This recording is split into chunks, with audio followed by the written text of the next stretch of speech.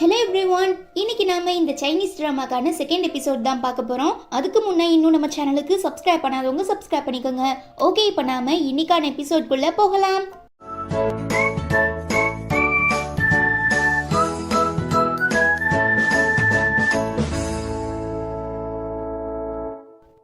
போன எபிசோட்ல கிளீனிங் வேலைக்காக போயிருந்த இடத்துல நம்ம ஹீரோயின் அவங்க சித்தியும் தங்கச்சியும் சேர்ந்து பயங்கரமா டார்ச்சர் பண்ண எல்லாத்தையுமே நம்ம பசங்க 5 பேரும் சிசிடிவி கேமரா மூலமா பார்த்துட்டு எப்படியாவது தன்னோட அம்மாவை இதுல இருந்து காப்பாத்தி ஆகணும்னு பிளான் பண்ணதோட பார்த்தோம். ஸோ இந்த எபிசோட்கான ஓப்பனிங் சீன்ல இதுங்க ரெண்டும் டார்ச்சர் பண்ணது மட்டும் இல்லாம தங்கச்சிக்காரியோட ஃபியான்சேவும் கூட்டு சேர்ந்துக்கிறான். ஆக்சுவலா இவன் வேற யாரும் கிடையாது, ஹீரோயினோட அம்மா உயிரோட இருக்கும்போது ஹீரோயினுக்காக பார்த்து வச்ச மாப்பிள்ள ஹீரோயினோட ஃபியான்சே. பட் அவங்க இறந்ததுக்கு அப்புறம் ஹீரோயின் கிட்ட ஒண்ணுமே இல்லைன்னு தெரிஞ்சதும் சித்திக்காரி தன்னோட பொண்ணை மேரேஜ் பண்ணிக்கிட்டா நிறையவே வரதட்சணை காசு தரேன்னு சொன்னதுனால ஹீரோயினை விட்டுட்டு தங்கச்சியை மேரேஜ் பண்ண ஒத்துக்கிட்டது மட்டும் இல்லாம இப்போ இதுங்க ரெண்டு கூட சேர்ந்துக்கிட்டு நம்ம ஹீரோயினை பயங்கரமா புள்ளி பண்ண ஆரம்பிச்சிடுறான். எங்க அம்மா மட்டும் உன்னோட படிப்புக்கு ஸ்பான்சர் பண்ணலனா இந்நேரத்துக்கு நீ இப்படி ஒரு பொசிஷன்ல நின்று இருக்க முடியாது, எங்கேயாவது ரோட்ல பிச்சை எடுத்துட்டு இருக்க வேண்டியதா இருந்திருக்கும். ஆனா நீ கொஞ்சம் கூட நன்றியே இல்லாம இப்படி எங்களுக்கு அகெயின்ஸ்டா திரும்பிட்டியேன்னு ஹீரோயின் கேட்க, நீ எனக்கு துரோகம் பண்ணிட்டு வேற எவன் கூடயோ இருந்து 5 குழந்தைங்களை பெத்துட்டேன்னு தெரிஞ்சதுனாலதான் நான் உன்னை விட்டுட்டு போனேன். சோ தேவையில்லாம என்னோட கேரக்டரை பத்தி பேசாதன்னு இவன் சொல்ல, இந்த எல்லா பிரச்சனைக்குமே காரணம் என்னோட சித்தியும் தங்கச்சியும் தான் ஹீரோயின் சொன்னதும் பதறி போயிடுறாவ. ஐயோ, அவ சொல்றதெல்லாம் நீங்க நம்பாதீங்க, உங்களை திரும்ப பேசி பேசி ஏமாத்தி உஷார் பண்றதுக்காக தான் இப்படி பொய் சொல்றான்னு ஹீரோயின் கேரக்டர் அசாசினேட் பண்ணிடுறா. இதை நம்பி இந்த முட்டா பயலுமே நம்ம ஹீரோயினை கண்ணா பின்னான்னு திட்டி புள்ளி பண்ணிட்டு இருக்கத பார்த்துட்டு நம்பர் 1 குட்டி பையன் நம்பர் 3 அண்ட் நம்பர் 4 குட்டி பையனை ஹீரோயின் கிட்ட போக சொல்லிட்டு நம்பர் 2 பையன் அண்ட் நம்பர் 5 குட்டி பாப்பாவை ஹீரோ கிட்ட உதவி கேட்க சொல்றான். அப்போதான் அவங்களுமே தன்னோட அம்மாக்கு சொந்தமான ரொம்பவே எக்ஸ்பென்சிவான விலை மதிப்பில்லாத ஒரு நெக்லஸை தங்கச்சிக்காரி போட்டுட்டு இருக்கதை பார்த்துட்டு தயவு செஞ்சு அட்லீஸ்ட் இந்த நெக்லஸையாவது என்கிட்ட கொடுங்கன்னு ரொம்ப ரெக்வஸ்ட் பண்ணி கேட்கறா. தென் ஸ்பாட்டுக்கு வர நம்பர் 3 அண்ட் 4 குட்டி பசங்க எவ்வளவு தைரியம்டா எங்க அம்மாவையே புள்ளி பண்ணுவீங்கன்னு கேட்க, ஓ நீங்க தான் இவளுக்கு தப்பான முறையில பிறந்த குழந்தைங்களா, இங்க வாங்கடான்னு சொல்லி 2 பேரையும் புடிச்சு வச்சுக்கிட்டு நீ இப்ப ஒழுங்கா இங்க இருக்க எல்லாருக்கு முன்னாலையும் மண்டி போட்டு எங்க காலில் விழுந்து மன்னிப்பு கேட்டா மட்டும்தான் உங்க பையனை நான் உயிரோட விடுவேன்னு ஃபியான்சே சொல்ல, அங்க இருக்கிற மத்த எல்லா கெஸ்ட் கூறு கட்டதுங்களும் ஆமா காலில் விழுந்து மன்னிப்பு கேளு, காலில் விழுந்து மன்னிப்பு கேளுன்னு ஹீரோயினை பயங்கரமா ஃபோர்ஸ் பண்றாங்க. கோவப்படுற அப்பாக்காரு ஹீரோயினை அடிச்சிடுறாரு. பத்தாதிக்கு இந்த தங்கச்சிக்காரி வேற, உங்க அம்மா ஆக்சிடென்ட்ல இறந்து போனாங்கன்னா நீ நினைச்ச, அது பாதி உண்மைதான், நாங்க நினைச்சிருந்தா உங்க அம்மாவை காப்பாத்திருக்கலாம். பட் வேணுக்குனே தான் அப்பா பிளான் பண்ணி கரெக்டான நேரத்துக்குள்ள உங்களை ஹாஸ்பிட்டல் அட்மிட் பண்ணாம நிறையவே பிளட் லாஸ் ஆக விட்டு கொலை பண்ணாரு. சோ நீ எங்க கிட்ட தேவையில்லாம வம்பு பண்ணினா உனக்குமே உங்க அம்மா கெதிதானி இவ கொலை பண்ணதை ஒத்துக்கிறா. பாவம் என்ன பண்றதுன்னே தெரியாம முழிச்சிட்டு இருக்கும் போது தங்கச்சிக்காரி ஒரு சேரை இழுத்து போட்டு அதுக்கு மேல தன்னோட ஒரு காலை வச்சு ஒழுங்கா என்கிட்ட மன்னிப்பு கேளுன்னு சொல்லும் போது எக்ஸ்பியான்ஸே கீழே ஒரு பாட்டில போட்டு உடஞ்சு போன இந்த கண்ணாடி பாட்டில் மேல நீ முட்டி போட்டு இவகிட்ட மன்னிப்பு கேளுன்னு பயங்கரமா ஃபோர்ஸ் பண்ணவும் குழந்தைங்களை காப்பாத்துறதுக்காக ஹீரோயினுமே போறாங்க. பட் அதுக்குள்ள கரெக்டா ஸ்பாட்டுக்கு வந்துடுற நம்ம ஹீரோ, எவன்டா அது என் பொண்டாட்டியை டார்ச்சர் பண்ணிட்டு இருக்கதுன்னு கேட்க, நம்பர் 1 குட்டி பையன், தம்பிங்களா அப்பா வந்துட்டாரு, இதுக்கப்புறம் நீங்க அங்க இருக்க வேண்டாம், அவர் கண்ணில் படாம அங்க இருந்து எஸ்கேப் ஆகிருங்கன்னு சொல்லவும் நம்பர் 3 அண்ட் 4 குட்டி பசங்க தங்களை பிடிச்சு வச்சிருக்கவங்க கையை நல்லா நறுக்குன்னு கடிச்சு விட்டுட்டு அங்க இருந்து ஓடிடுறானுங்க. But hero பாத்துடுறாரு. ஆனா அந்த நேரத்துல யோசிக்க முடியாது இல்லையா, சோ அந்த பசங்களை அப்படியே விட்டுட்டு இங்க ஹீரோயினுக்கு என்ன பிரச்சனை நடந்துட்டு இருக்குங்கிறத விசாரிக்கிறான். பட் மிஸ்டர் கூங்கிற மிஸ்டீரியஸான பணக்காரரை இது வரைக்கும் யாருமே பார்த்தது இல்லைங்கிறதுனால நம்ம ஹீரோ தான் அந்த கூங்கிறத நம்ப மாட்டாங்க. நீ ஆளு பார்க்க நல்லா தான் பணக்கார தோரணையில இருக்க, பட் எங்களால நம்ப முடியாது, என்ன பொய் சொல்லி இவ உன்னையுமே ஏமாத்திட்டாளா, ஹீரோயினுக்கு தான் பணக்காரவங்கள செடியூஸ் பண்றது ரொம்ப ஈஸியாச்சே, சோ நீ தேவையில்லாம நம்பிட்டு இருக்காத, ஏன்னா இவளுக்கு 5 குழந்தைங்க இருக்கு, யார் யாருக்கு பெத்தோங்கிறது அவளுக்கே தெரியாதுன்னு தங்கச்சிக்காரி தப்பு தப்பா பேசவும், எது 5 குழந்தையான்னு கேட்டு ஹீரோ ஷாக் ஆகிடுறான். சமாளிக்கிறதுக்காக ஆமா 2 குழந்தை உனக்கு பிறந்தாங்க, 3 குழந்தைங்கள நான் தத்தெடுத்து வளர்க்குறேன்னு சொல்ல, ஓகே நான் உன்னை நம்புறேன்னு சொல்லிட்டு திரும்ப நம்ம ஹீரோ நான் தான் மிஸ்டர் கூன்னு சொல்லி பார்க்கறான். பட் நம்பாத இந்த லூசு கூட்டங்க நம்ம ஹீரோவையே திரும்ப கலாய்க்கவும், இனி பேசி புரிய வைக்க முடியாது, அடிச்சுதான் புரிய வைக்கணும்னு சொல்லிட்டு ஹீரோ தன்னோட கோட்டெல்லாம் கழட்டிட்டு ஒரு பெரிய இரும்பு ராட் எடுத்துக்கிட்டு பக்கத்துல போகும்போது இந்த எக்ஸ்பியான்ஸே, எனக்கு மிஸ்டர் கூவோட கசினான மாஃபியா லீடர் மிஸ்டர் லூவை நல்லாவே தெரியும், சோ நான் அவரை வச்சு இந்த பிரச்சனையை டீல் பண்ணிக்கிறேன்னு சொல்றான். உன்னால ஆனதை பார்த்துக்கோன்னு ஹீரோ ரொம்ப தெனாவட்டா சொல்லும் போதுதான் அங்க இந்த மாஃபியா கூட்டத்தோட தலைவர் மிஸ்டர் லூவுமே வராரு. என்ன மச்சான் என்ன பிரச்சனை, எதுக்காக ரொம்ப அர்ஜென்ட்டா இங்க என்ன வர சொன்னன்னு கேட்க, நான் உன்னை கூப்பிடவே இல்லையேடான்னு ஹீரோ சொல்லவும், என்ன நீ உன்னோட மொபைல்ல இருந்து தானே எனக்கு லொகேஷனை ஷேர் பண்ணி என்ன இந்த ஸ்பாட்டுக்கு வர சொன்னன்னு கசன் சொல்றான். நான் உனக்கு மெசேஜே அனுப்பலையேடான்னு சொல்லிட்டு நம்ம ஹீரோ மொபைல் ஓபன் பண்ணி பார்த்தா அவர் மொபைல்ல இருந்து தான் லொகேஷன் ஷேர் ஆகிருக்கு. மறுபடியும் இந்த ஹேக்கர் டிகே தன்னோட வேலையை காட்டிட்டான். நான் உனக்கு லொகேஷன் ஷேர் பண்ணவே இல்லை, அவர் தான் என் மொபைலை ஹேக் பண்ணி லொகேஷன் அனுப்பியிருக்காருன்னு சொல்லவும், சரி விடு நான் வந்துட்டேன், பிரச்சனை என்னன்னு சொன்னா நான் டீல் பண்ண கரெக்டா இருக்கும்னு மாஃபியா மச்சான் கேட்க ஹீரோவுமே சொல்றான். அதே நேரம் நம்ம ஹீரோயின் எனக்கு எங்க அம்மாவோட நெக்லஸ் வேணும்னு டிமாண்ட் பண்ணவும், ஒழுங்கா எங்க அன்னிக்கு சொந்தமான பொருட்களை திரும்ப அவங்க கிட்ட தர போறீங்களா இல்ல குடும்பத்தோட எல்லாரும் ஒன்னா சேர்ந்து பரலோகத்துக்கு போக போறீங்களான்னு கேட்டு மிரட்டவும், இவ்வளோ நேரமா நம்ம ஹீரோ சொன்னதெல்லாம் உண்மை, நிஜமாவே அவர் தான் மிஸ்டர் கூங்கிறத புரிஞ்சுக்கிட்டு இவன் கையில மாட்டிக்கிட்டு அடி வாங்க வேண்டான்னு சொல்லிட்டு ஃபியான்ஸை இங்க இருந்து எஸ்கேப் ஆகி ஓடிடுறான். அப்புறம் என்ன, தொக்கா மாட்டிக்கிட்ட சித்திக்காரியையும் தங்கச்சிக்காரியையும் மாஃபியா மச்சான் பயங்கரமா மிரட்டவும், ஹீரோயினுமே ஒரு ஸ்டெப் ஃபார்வர்டா வந்து ஒழுங்கா எங்க அம்மாக்கு சொந்தமான எல்லாத்தையுமே திரும்ப என்கிட்ட கொடுத்துருங்கன்னு கேட்க, சித்திக்காரி ரொம்ப தெனாவேட்டா பேசுறதுனால கடுப்பாகி அவ கண்ணத்துல பலாருன்னு 4 அப்பு அப்பி, நீங்க வேணும்னா என் அப்பாவுக்கு பொண்டாட்டியா இருக்கலாம், ஆனா இந்த சொத்துக்கும் எங்க அப்பாக்குமே சம்பந்தம் கிடையாது. பிகாஸ் எங்க கம்பெனியை கஷ்டப்பட்டு உருவாக்குனதே எங்க அம்மா தான், எங்க அம்மாவோட உழைப்புல தான் இப்ப நீங்க எல்லாருமே வாழ்ந்துட்டு இருக்கீங்க. சோ ஒழுங்கா எங்க அம்மாக்கு சொந்தமான எல்லாத்தையுமே என்கிட்ட திரும்ப கொடுங்கன்னு கேட்க, ஒரு கட்டத்துக்கு அப்புறம் தாங்கிக்க முடியாத இந்த சித்திக்காரி, நாங்க எல்லாருமே உன்னோட ஃபேமிலி தானே, ப்ளீஸ் எங்க எல்லாரையுமே மன்னிச்சு விட்டுன்னு கெஞ்சவும், காண்டில் இருக்க நம்ம ஹீரோயின் ஒழுங்கா எனக்கு சொந்தமானதை என்கிட்ட கொடுங்க, இல்ல உங்க எல்லாரையுமே நான் கல்லறைக்கு அனுப்பிடுவேன்னு மிரட்டும் போது, வேற வழி இல்லாம தங்கச்சிக்காரி கழுத்துல போட்டிருக்க நெக்லஸ் கழட்டி கொடுத்துடுறா. இதெல்லாம் எனக்கு பத்தாது, லீகலா எனக்கு சேர வேண்டிய எல்லாத்தையும் ஒழுங்கா என் கையில ஒப்படைங்க, இல்ல நடக்கிறதே வேறன்னு சொல்லிட்டு ஹீரோயின் மிரட்டவும், வேற வழி இல்லாம சித்திக்காரியும் தங்கச்சிக்காரியும் ஹீரோயின் கிட்ட அந்த எல்லா சொத்துக்களையும் திரும்ப தர ஒத்துக்கிறாங்க. அப்பாடா ஒரு வழியா பிரச்சனையை முடிச்சிட்டோன்னு சொல்லி இவங்க எல்லாருமே ரிலாக்ஸா இருக்கும்போது, குட்டி பையன் சண்டை போட்டு எனக்கு பயங்கரமா பசிக்குதுன்னு சொல்லவும், ஹீரோ எல்லாரையும் கூட்டிட்டு ஒரு எக்ஸ்பென்சிவான ரெஸ்டாரண்ட்டுக்கு கூட்டிட்டு போறாரு. இப்போதைக்கு இந்த 2 பசங்க மட்டும் தானே சாப்பிடுறாங்க, பட் வீட்ல தனியா இருக்க 3 பசங்க எதுனா சாப்பிட்டாங்களா, இப்ப என்ன பண்ணிட்டு இருக்காங்கன்னு தெரியாம ஹீரோயின் ரொம்பவே கவலைப்பட்டு யோசிக்கவும், ஏன் உனக்கு இந்த சாப்பாடெல்லாம் பிடிக்கலையான்னு ஹீரோ கேட்க, அதெல்லாம் இல்ல நல்லா தான் இருக்குன்ட்டு ஹீரோயின் சமாளிச்சிடுறாங்க.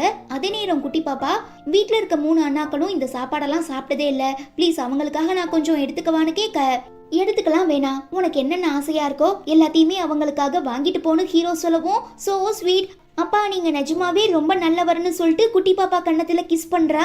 அதே நேரம் 2வது பையன் சாப்பாடு எடுத்துட்டு போகவும், ஹீரோ என்னாச்சுன்னு கேக்குறாரு. இல்ல அவன் பொதுவாவே எப்போதும் செவுத்து ஓரமா உட்கார்ந்து தான் சாப்பிடுவான், அது அவனுக்கு ஒரு ஹேபிட்னு சொல்லவும், ஓகே நானும் அதை பத்தி தெரிஞ்சுக்கிறேன்னு சொல்லிட்டு ஹீரோ பின்னால போறாரு. பட் அதுக்குள்ள அந்த 2வது பையன் அங்க ஏற்கனவே வெயிட் பண்ணிட்டு இருக்க ஃபர்ஸ்ட் பையன் கிட்ட சாப்பாடை கொடுத்துட்டு, ஒருவேளை அப்பா நம்ம 2 பேரையும் ஒன்னா சேர்ந்து பார்த்தா கண்டிப்பா அம்மா டென்ஷன் ஆகிருவாங்க, சோ நீ இங்கே உட்காந்து சாப்பிடு, நான் ரெஸ்ட் ரூமுக்கு போயிட்டு வரேன்னு சொல்லிட்டு போயிடுறான். சோ நம்ம ஹீரோ வந்து பார்க்கும்போது அங்க செகண்ட் பையன் இருக்கான். பட் இவங்க 2 பேருமே பார்க்க அப்படியே அச்சு அசல் ஒரே மாதிரி இருக்கிறதுனால ஹீரோக்கு வித்தியாசம் தெரியல. சோ என்னாச்சுப்பா, எதுக்காக நீ எப்போதுமே கார்னர்ல உட்காந்து சாப்பிடுறன்னு கேட்க, எப்போதுமே செவுத்து ஓரமா உட்காந்து சாப்பிடுறது செகண்ட் பையன் தான் இல்லையா, சோ இப்ப என்ன ரிப்ளை பண்றதுன்னு தெரியாம ஃபர்ஸ்ட் பையன் சமாளிக்கிறதுக்காக ரொம்ப கோவமா, அது உங்களுக்கு தேவையில்லைன்னு கத்திடுறான். என்ன இவன் இவ்வளோ நேரமா ரொம்ப ஸ்வீட்டா பேசிட்டு இருந்தான், பட் எதுக்காக திடீர்னு இப்படி பிஹேவ் பண்றான்னு சந்தேகப்படுற நம்ம ஹீரோ அவனை கூட்டிட்டு டைனிங் டேபிளுக்கு போயிடுறாரு. ஆனா நம்ம ஹீரோயின் பார்த்ததுமே இது செகண்ட் பையன் இல்ல ஃபர்ஸ்ட் பையன் தாங்கிறத கண்டுபிடிச்சிடுறாங்க.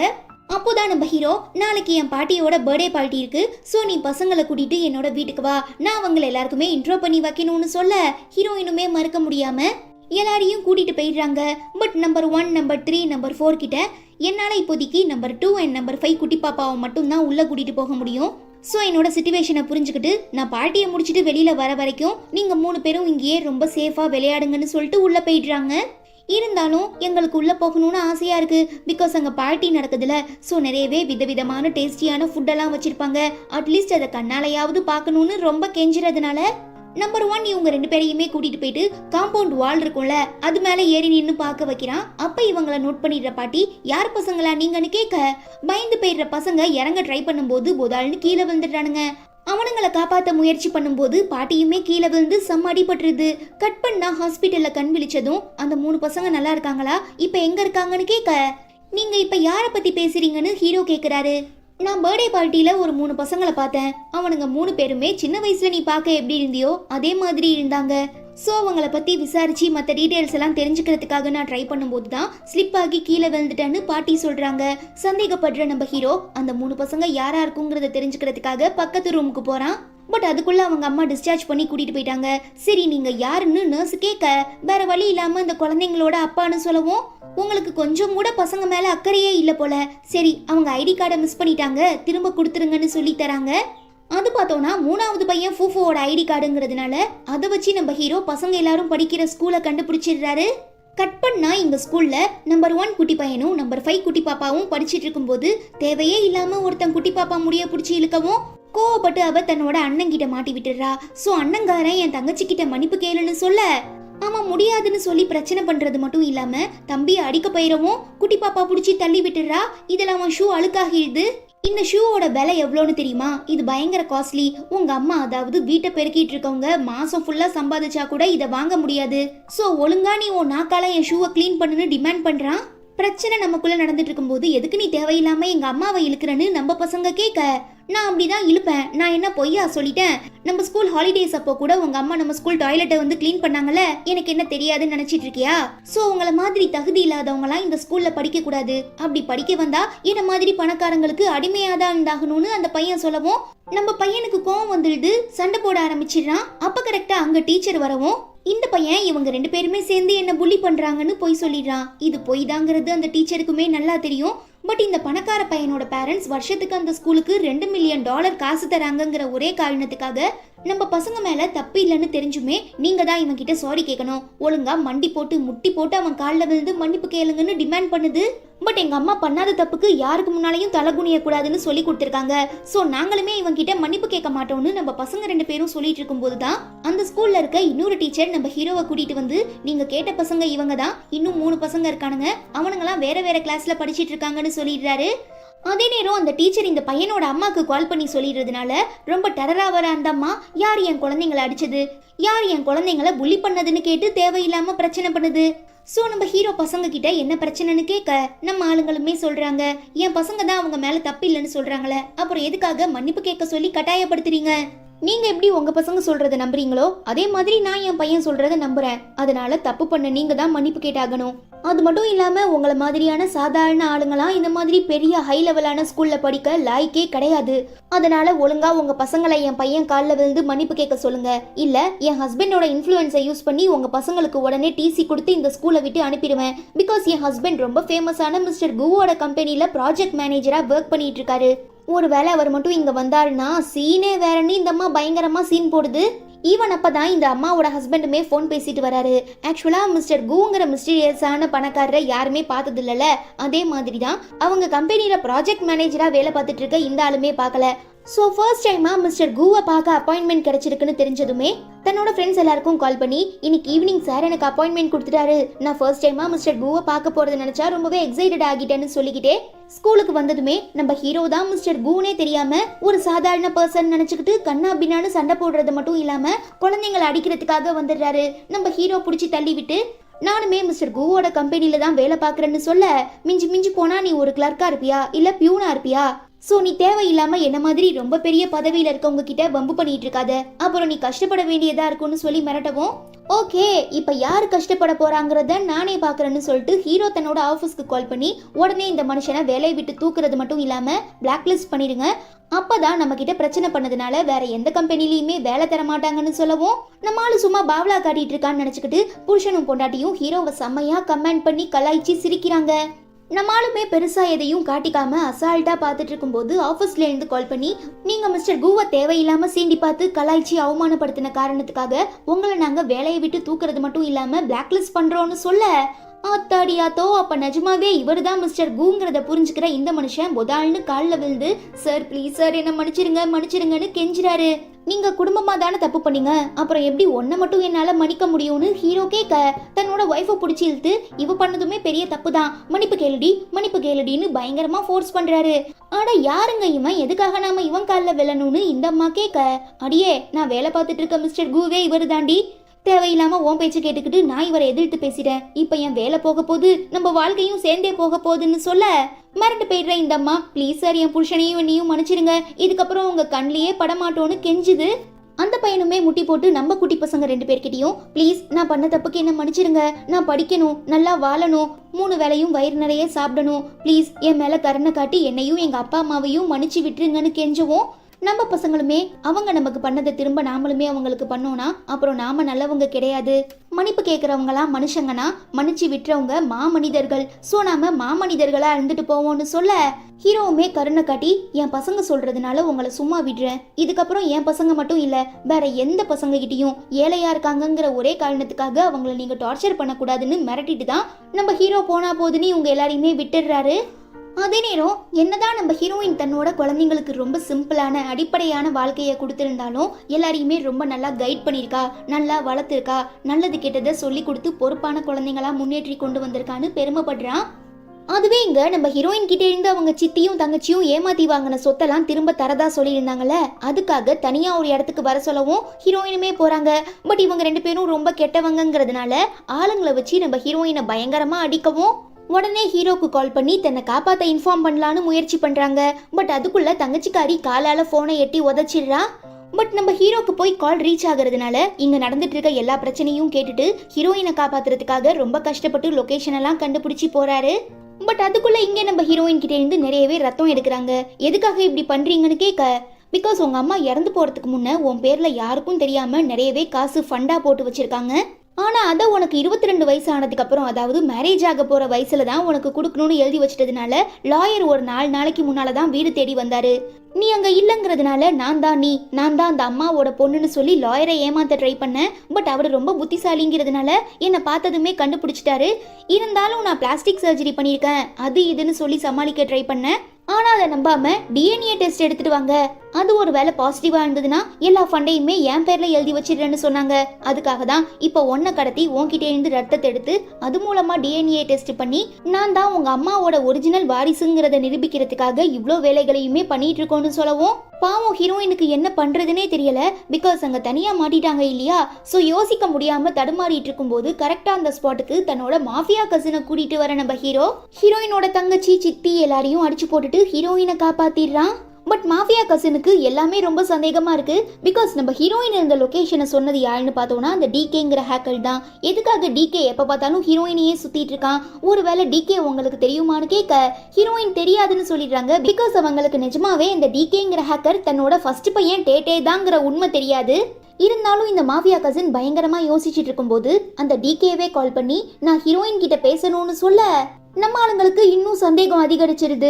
ஈவன் ஹீரோயின் கிட்டயுமே மொபைலை கொடுத்துடுறாங்க. அம்மா நான் தான் உங்க பையன் டேட்டே, நான் தான் டிகேங்கிற விஷயத்த நீங்க அப்பா கிட்டயும் ஒரு ஃப்ரெண்டு கிட்டயும் சொல்லிடாதீங்க, எப்படியாவது அவங்க 2 பேரையும் சேர்த்து வைக்கணுங்கிறதுக்காக தான் நான் இவ்வளோ தீமே பண்ணேன். பட் இதுக்கப்புறம் என் ஐடென்டிட்டியை நான் மறைக்க விரும்பல, அதே நேரம் அப்பாவுக்கும் தெரிய வேணாம், ஸோ நீங்க என்ன தெரிஞ்சுக்கிட்ட மாதிரி காட்டிக்காதீங்கன்னு சொல்லிடுறான். ஈவன் நம்ம ஹீரோ டிகே என்ன சொன்னாருன்னு கேட்கும்போது கூட இதுக்கப்புறம் இந்த மாதிரி தேவையில்லாத பிரச்சனையில தனியா போய் மாட்டிக்காம துணைக்கு யாரையாவது கூட்டிட்டு போங்கன்னு சொன்னாங்கன்னு ஹீரோயின் சமாளிச்சுட்டு ஹீரோ வேற ஏதாவது கேட்டா உளறிடுவோமோங்கிற பயத்துல ஓகே பசங்க எனக்காக வீட்டுல வெயிட் பண்ணுவாங்க நான் போய் பார்த்துட்டு வரேன்னு சொல்லி எஸ்கேப் ஆக ட்ரை பண்றா. பட் நம்ம ஹீரோ விடாம இன்னும் எத்தனை நாளைக்கு தான் இப்படி தனியாவே சிங்கிள் மதரா இருந்துட்டு இருக்க போற, பேசாம நம்ம 2 பேரும் மேரேஜ் பண்ணிக்கிட்டு ஒன்னா சேர்ந்து குழந்தைங்களை வளர்க்கலாமான்னு கேட்டு ப்ரப்போஸே பண்ணிடுறான். பட் ஹீரோயின் இப்போதைக்கு இங்க இருந்து எஸ்கேப் ஆனா போதுங்கிற மைண்ட் செட்ல இருக்கிறதுனால நான் இதை பத்தி யோசிச்சு வேணா சொல்றேன்ட்டு அங்க இருந்து ஓடிடுறாங்க. பட் நம்ம ஆளு விடாம ஹீரோயின் மேல சந்தேகப்பட்டு பின்னாலேயே ஃபாலோ பண்ணி வந்து வீட்டுல பார்த்தா 5 குழந்தைங்க இருக்காங்க. ஏற்கனவே தான் ஹீரோயின் தத்தெடுத்து வளர்த்துட்டு இருக்கதா சொன்னாங்கல்ல. சோ ஹீரோ பயங்கரமா கன்ஃபியூஸ் ஆகி ஹீரோயினை பயங்கரமா ஃபோர்ஸ் பண்ணி உண்மை சொல்லு, இவங்க 5 பேரும் யாரு, இதுல எத்தனை பேர் என் குழந்தைங்கன்னு கேட்க பசங்களுக்கு முன்ன போய் சொன்னா மனசு பாதிக்கப்பட்டுங்கிறதுனால ஹீரோயின் வேற வழியே இல்லாம இவங்க 5 பேரும் உங்க குழந்தைங்க தானு உண்மையை சொன்னதும் ஹீரோக்கு சந்தோஷம் தாங்க முடியல.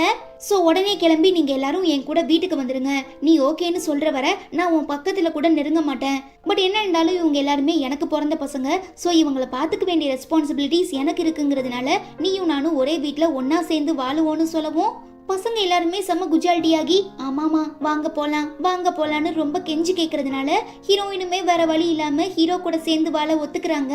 பட் இதுக்கு ஃபேவரா தன்னோட அம்மா சொத்துக்களை எழுதி வாங்கினாங்களே அவங்க எல்லார்கிட்டே இன்னும் திரும்ப அந்த சொத்துக்களை வாங்கி தர சொல்லி ஹீரோயின் கேட்கவும் ஹீரோயினோட ஃபேமிலி லாயர் ஒருத்தர் இருந்தாருல, அதான் தங்கச்சிக்காரி கிட்ட டிஎன்ஏ ரிப்போர்ட் கேட்டிருந்தாருல, அவரை டைரக்டா மீட் பண்ணவும் அந்த லாயர் நம்ம ஹீரோயினை பார்த்ததுமே ஹீரோயின் தான் அந்த வாரிசுங்கிறத கண்டுபிடிச்சிடுறாரு. பிகாஸ் ஏற்கனவே அவர் ஒரு தடவை பார்த்துருப்பாரு, அதனாலதான் தங்கச்சி மேல சந்தேகம் வந்திருக்கும். இத்தனை வருஷமா நான் உங்களுக்காக தான் காத்துட்டு இருந்தேன், பிகாஸ் உங்க அம்மா எல்லா பொறுப்புகளையும் என்கிட்ட ஒப்படைச்சிட்டு போயிட்டாங்க, லீகலா உங்களுக்கு சேர வேண்டிய எல்லாத்தையுமே நான் வாங்கி தரேன்ட்டு கோர்ட்ல கேஸ் போட்டு கரெக்டா வாங்கி கொடுத்துடுறாரு. திரும்ப நம்ம ஹீரோயின் அந்த ஏரியாவோட ரொம்ப பெரிய பணக்கார உமனா பிசினஸ் மேனா ஆகிடுறாங்க. அப்படி இருக்கும்போது தான் நம்ம ஹீரோக்கு என்கேஜ்மெண்ட் பண்ணி வச்ச ஒரு பொண்ணு ஃபாரின்ல இருந்து திரும்ப வரா. பட் நம்ம ஆளு தான் கமிட் ஆகிட்டார்ல. ஸோ எனக்கு ஒரு பொண்ணை ரொம்ப பிடிச்சிருக்கு, எங்க 2 பேருக்கும் ஏற்கனவே 5 குழந்தைங்க இருக்காங்க, அதனால கண்டிப்பா உன்னை மேரேஜ் பண்ணிக்க முடியாதுன்னு சொல்ல, அப்ப இத்தனை நாளா உனக்காக வெயிட் பண்ணிட்டு இருந்த என்ன பார்த்தா என்ன லூஸ் மாதிரி தெரியுதா?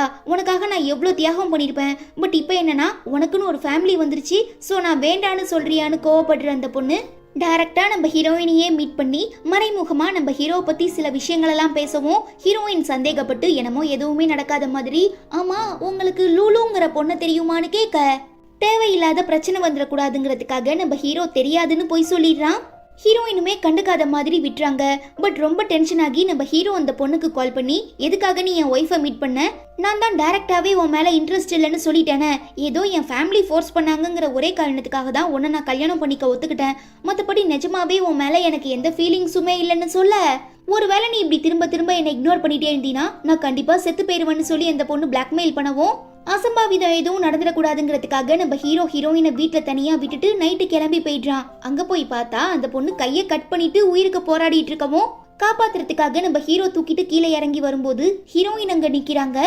என்னமோ எனக்கு லூலுங்கிற பொண்ணை யாருன்னே தெரியாதுன்னு சொன்னேன், அப்புறம் எதுக்காக அவளை காப்பாத்த இவ்வளோ தூரம் வந்தேன்னு கேட்க, இப்போதைக்கு என்னால தெளிவா எதுவும் சொல்ல முடியாது, நான் இவ உயிரை காப்பாற்ற வேண்டிய பொறுப்புல இருக்கேன், எதுவா இருந்தாலும் அப்புறம் பேசிக்கலான்னு சொல்லிட்டு நம்ம ஹீரோ அந்த பொண்ணை கூட்டிட்டு போயிடுறான். பாவம் ஹீரோயின் ஹீரோ தாங்கிட்டே இருந்து இவ்ளோ பெரிய உண்மையை மறைச்சிட்டான்னு சொல்லி ரொம்ப வெக்ஸ் ஆகிடுறாங்க. கட் பண்ணா நம்ம ஹீரோ தான் மேல எந்த தப்புமே இல்லைங்கிறத நிரூபிக்கிறதுக்காக ஹீரோயின் தன்னோட 5 குழந்தைங்களையும் கூட்டிட்டு ஹாஸ்பிட்டல் அட்மிட் ஆகியிருக்க லூலுவை பார்க்க போறான். ஆனா இவ இதெல்லாம் தாண்டி எப்படியாவது நம்ம ஹீரோவை உஷார் பண்ணி கைக்குள்ள போட்டு வச்சுக்கணுங்கிறதுக்காக, ஐயோ என்னால முடியல, பாடிலாம் ரொம்ப பெயினா இருக்கு, ப்ளீஸ் என்ன கொஞ்சம் தூக்கி உட்கார வைங்கன்னு சொல்ல, கடுப்பாகிற ஃபர்ஸ்ட் பையன், ஏன் உங்களுக்கு ஃப்ரெண்ட்ஸ் ரிலேட்டிவ்ஸ்னு யாரும் இல்லையா? இல்ல இந்த ஹாஸ்பிட்டல்ல நர்ஸ் டாக்டர்னு யாரும் இல்லையா? எதுக்கு நீங்க தேவையில்லாம எங்க அப்பாவை ஃபோர்ஸ் பண்றீங்கன்னு கேட்கவும், உடம்பு சரியில்லாத ஒரு பேஷண்ட் கிட்ட இப்படிதான் பேச சொல்லி நீ கத்து கொடுத்தியா அம்மா ஒத்தரோசான்னு ஹீரோயினை கலாய்ச்சிடுறா. அவ்வளவுதான், தன்னோட அம்மாவையே இப்படி பேசிட்டான்னு சொல்லி ரொம்ப டென்ஷன் ஆகிடுற நம்ம ஃபர்ஸ்ட் பையன், எங்க அப்பாவை வேணா நீ இப்படிலாம் கஷ்டப்படுற மாதிரி நடிச்சு ஏமாத்தலாம், பட் என்ன ஏமாத்த முடியாது, நான் ஆல்ரெடி இந்த ஹாஸ்பிட்டலோட எல்லா டேட்டா பேஸையும் செக் பண்ணிட்டேன், நீ உன் கையெல்லாம் கட் பண்ணிக்கல, உன் கையில இருந்து எந்த பிளட்டும் வரல, ஜஸ்ட் நீ ஏதோ ஒரு சாயத்தை கலர் பவுடரை தான் யூஸ் பண்ணி எங்க அப்பாவை ஏமாத்திருக்க, அதுக்கான எல்லா எவிடன்ஸுமே என்கிட்ட இருக்கு, அது மட்டும் இல்லாம இந்த ஹாஸ்பிட்டல்ல வேலை பார்க்குற ஏதோ ஒரு டாக்டரை கரெக்ட் பண்ணி தான் இப்படி நீ எங்க அப்பாவை ஏமாத்திட்டு இருக்கன்னு சொல்ல, இவ உடனே ரொம்ப நல்ல பொண்ணு மாதிரி, உங்க பையன் தன்னோட அம்மாக்கு சப்போர்ட் பண்றதுக்காக என்ன பத்தி இப்படி தப்பா பேசுறான், என்ன ரொம்ப அவமானப்படுத்துறான், நான் வேணும்னா என்னோட கையை அறுத்துக்கிட்டது உண்மைதாங்கிறத நிரூபிச்சு காட்டுறேன்னு சொல்லி அவளுக்கு சப்போர்ட் பண்ணிட்டு இருக்க டாக்டரை கூப்பிடவும், அவருமே நிறைய காசு வாங்கிட்டு, ஆமா இவங்க தன்னோட கையை கட் பண்ணிக்கிட்டதுனால நிறையவே பிளட் லாஸ் ஆகிடுச்சு, ஒருவேளை நீங்க கரெக்டான டைம்குள்ள ஹாஸ்பிட்டல் அட்மிட் பண்றனா கண்டிப்பா இவங்க செத்து போயிருப்பாங்கன்னு போய் சொல்லிடவும், நம்ம ஹீரோவுமே டாக்டர் சொல்றதெல்லாம் உண்மைன்னு நினைச்சுக்கிட்டு, நீ எக்ஸ்பியன்ஸே மேல கோவமா இருக்கிறதுனால தான் இப்படி பேசியிருக்க போல, சோ அப்படியே விட்டுரு, நான் இதை பாத்துக்கிறேன்னு சொல்லவும் குட்டி பையன் கோவப்படுறான். அப்போ நீங்க பெத்த பையன் நான் சொல்றத உண்மைன்னு நம்பாம சம்பந்தமே இல்லாத யாரோட பேச்சையோ கேட்டுக்கிட்டு என்னையே தப்பா நினைச்சிட்டீங்களே, இது என் தன்மான பிரச்சனை, சோ கண்டிப்பா இதை நான் நிரூபிச்சு ஆவேன்னு சொல்லிட்டு அங்கே இருந்து கிளம்பிடுறான். தன்னோட பையன் ஒரு ஹேக்கருங்கிறதுனால எப்படியும் பொழைச்சுப்பான்னு ஹீரோயின் நினைக்கிறாங்க. ஆனா என்ன, ரொம்ப நேரம் ஆகியுமே அவனை தேடி கண்டுபிடிக்க முடியல. பதறி போயிடுற நம்ம ஹீரோயின், யாரோ ஒருத்திக்காக என் பையனையே நீ தப்பா நினைச்சிட்டீல, சோ உன்னை நான் மன்னிக்கவே மாட்டேன், என் பையன் யாரு தெரியுமா, இத்தனை நாளா உனக்கும் எனக்கும் மறைமுகமா உதவி பண்ணி நம்ம 2 பேரையும் சேர்த்து வச்ச ஹேக்கர் டிகே அவன்தான், சோ நீ அவனோட நல்ல மனசையும் திறமையையும் புரிஞ்சுக்காம அவளுக்காக என் பையனை தப்பா பேசிடலன்னு சொல்லி சண்டை போடவும், ஹீரோவுமே யாரை நம்புறதுன்னு தெரியாம ஃபர்ஸ்ட் தன்னோட பையனை காப்பாத்தினா போதுங்கிறதுக்காக களத்துல இறங்குறாரு. என்னதான் இப்போதைக்கு நம்ம ஹீரோயின் ஹீரோ மேல செம்ம கோவத்துல இருந்தாலும் ஃபர்ஸ்ட் தன்னோட பையனை கண்டுபிடிச்சே ஆகணுங்கிற ஒரே காரணத்துக்காக ஹீரோ கூடயும் அவளோட ஆளுங்க கூடயும் சேர்ந்து தேட ஆரம்பிக்கிறா. அப்படி இருக்கும்போது தான் நம்ம ஹீரோவோட எக்ஸ்பியன்ஸே குட்டி பையனை கடத்தி வச்சுக்கிட்டு, திடீர்னு உன்னோட ஒய்ஃபும் குழந்தைங்களும் திரும்ப உன் லைஃப்குள்ள வந்ததுனால தானே நீ என்ன வேண்டான்னு ரிஜெக்ட் பண்ண, சோ நான் இருக்க வேண்டிய இடத்துல அவ இருக்கிறத பார்த்துட்டு என்னால தாங்க முடியல, இதுக்கெல்லாம் காரணம் இந்த குழந்தைங்க தானே, சோ இப்படி நான் உங்க குழந்தைங்க ஒருத்தரா கொலை பண்ணி என்னோட கோவத்தெல்லாம் தீர்த்துக்க போறேன்னு சொல்லி ஃபர்ஸ்ட் பையனை மாடியில இருந்து கீழே தள்ளி விட ட்ரை பண்ணும்போது நம்ம ஹீரோ காப்பாத்த போறாரு. பட் இந்த கலவரத்துல ஹீரோவோட எக்ஸ்பியன்ஸே கீழே விழுறது மட்டும் இல்லாம ஹீரோவையும் பிடிச்சி இழுத்துடுறா. சோ நம்ம ஹீரோ தன்னோட ஃபர்ஸ்ட் பையனை காப்பாத்திட்டு எக்ஸ்பியன்ஸே கூட சேர்ந்து மேல இருந்து கீழே விழுந்துடுறாரு. ஸ்பாட்லயே அவ இறந்து போயிடுறா. நம்ம ஹீரோ கோமாக்கு போயிடுறான். கட் பண்ணா 2 வருஷத்துக்கு அப்புறம் இப்ப ஹாஸ்பிட்டல்ல சுயநினைவே இல்லாம இருக்க நம்ம ஹீரோ கிட்ட பசங்க எல்லாரும் ஸ்கூல்ல வாங்கின சர்டிபிகேட் பிரைஸ் எல்லாம் காட்டி எப்படியாவது பழச அவனுக்கு ஞாபகப்படுத்த முயற்சி பண்றாங்க. ஈவன் நம்ம ஹீரோயினுமே டெய்லி இந்த மாதிரி குழந்தைங்களை கூட்டிட்டு வந்து அன்னன்னைக்கு நடந்த எல்லா விஷயங்களையும் சொல்லும் போது திடீர்னு ஒரு நாள் ஹீரோ கண் விழிச்சிடுறாரு. அப்புறம் என்ன, திரும்ப 2 வருஷத்துக்கு அப்புறம் நம்ம ஹீரோக்கு ஞாபகங்கள்லாம் வந்துடவும் நான் தான் இவங்க 5 பேரோட அப்பான்னு தெரிஞ்சுமே என்னால இவங்களுக்கு பெருசா எதுவும் செய்ய முடியல. பட் இதுக்கப்புறம் அப்படி எதுவும் நடக்காம நான் பாத்துக்கிறேன். சோ நீயும் நானும் லீகலா கல்யாணம் பண்ணிக்கிட்டு இந்த சமுதாயத்துக்கு முன்ன நம்ம குழந்தைங்களை நல்லபடியா வளர்க்கலான்னு சொல்லி ஹீரோவும் ஹீரோயினும் ஊரறிய உலகம் அறிய கல்யாணம் பண்ணிக்கிறாங்க. இப்படியே பல நாட்கள் கடந்து போகுது. அப்படி இருக்கும் போதுதான் ஒரு நாள் நம்ம ஹீரோயின் நான் திரும்ப பிரெக்னெண்டா இருக்கேன்னு சொல்ல செம்ம குஷியாகிற நம்ம ஹீரோ இவங்க 5 பேரையும் வளர்க்கும் போதுதான் நான் உன் பக்கத்துல இல்ல, பட் இதுக்கப்புறம் பிறக்க போற எல்லா குழந்தைங்களுக்கும் நான் ஒரு நல்ல அப்பாவா பக்கத்திலேயே இருந்து பத்திரமா பாத்துக்கிறேன்னு சொல்லி இவங்க 2 பேரும் குழந்தைங்க கூட ரொம்ப சந்தோஷமா வாழ ஆரம்பிக்கிறாங்க. ஓகே, அவ்வளவுதான். இதோட இந்த மூவியுமே முடியுது. இந்த மூவி உங்க எல்லாருக்குமே பிடிச்சிருக்கும்னு நினைக்கிறேன். பிடிச்சிருந்தா மறக்காம லைக் பண்ணிட்டு நம்ம சேனல் வீடியோஸை உங்க ஃப்ரெண்ட்ஸ் அண்ட் ஃபேமிலி கூட ஷேர் பண்ணுங்க. ஓகே, உங்க எல்லாரையும் நான் ரொம்ப சீக்கிரமா அடுத்து ஒரு சூப்பரான மூவில மீட் பண்றேன். Until then, it's bye from Afi and stay tuned with Spectre of Fantasy.